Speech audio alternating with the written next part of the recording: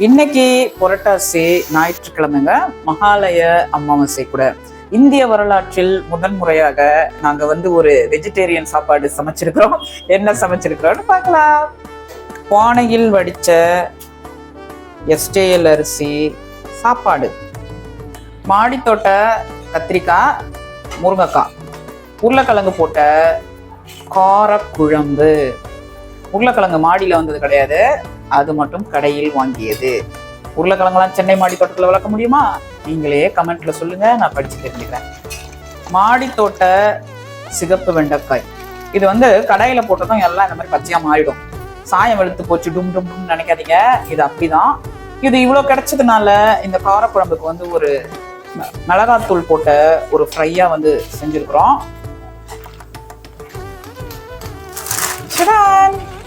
A to B mixture. இதை தொட்டிக்கிட்டா சூப்பரா இருக்குல்ல. இதை அப்படியே கொட்டிக்க வேண்டியதுதான். இது கூட நல்ல காரசாரமான ஊறுகாய், தயிர் வச்சு சாப்பிடுங்க. சூப்பரான அமாவாசை ரெசிபி தயாராயிடும். அந்த ஷாப்பிங் வீடியோ ஷேர் பண்றேன், அவசியம் பாருங்க.